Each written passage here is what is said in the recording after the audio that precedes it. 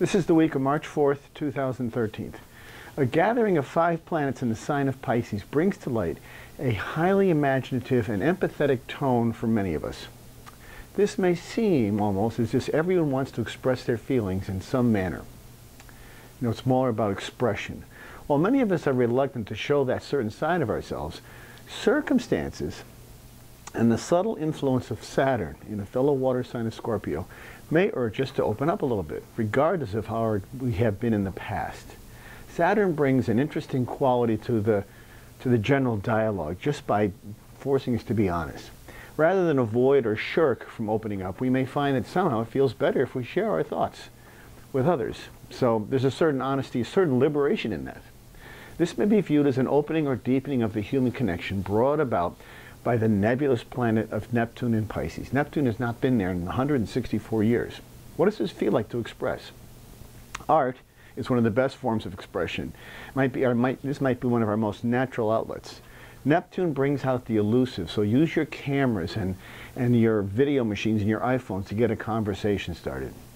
The influence of the moon midweek may also bring many of these sort of feelings to the surface, as only the moon can. Since the moon really is our emotional bellwether, it's our guide, our emotional responses may be particularly raw and somewhat visceral, sort of very on the surface, you know, very superficial in some ways, like wearing your heart in your sleeve.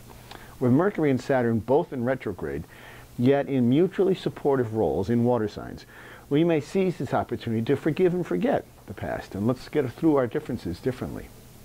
Saturn urges us to be honest and do the right thing, while Mercury elevates emotions to the conversational level. All in all, this may be a great time to express our thoughts and feelings. This allows us to clear the air in the most positive manner and perhaps bring closure to a nagging problem. This is sort of the dialogue we feel. Something has been lingering in the background, and this opportunity now allows us to sort of bring it to resolution.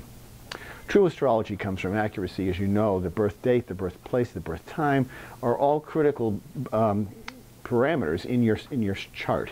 When I know those 3 pieces, I can give you an accurate indication of where you are. Where is the activity taking place in your chart? It's incredibly accurate. It's validating. It really, really works. I've been working with charts and the planets for years, and I know how vital timing is to making plans for all your major events in your life. I have a weekly radio show called Turning of the Wheel on Contact Talk Radio every Saturday morning at 11 a.m.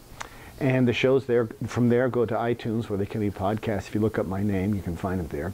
Write to me for a reading, Chris@chrisflisher.com. Visit my website, turningofthewheel.com or chrisflisher.com. You can follow me on Facebook. I'm on Twitter, and I post regular things there to help keep you informed about what's going on. I will see you all next week.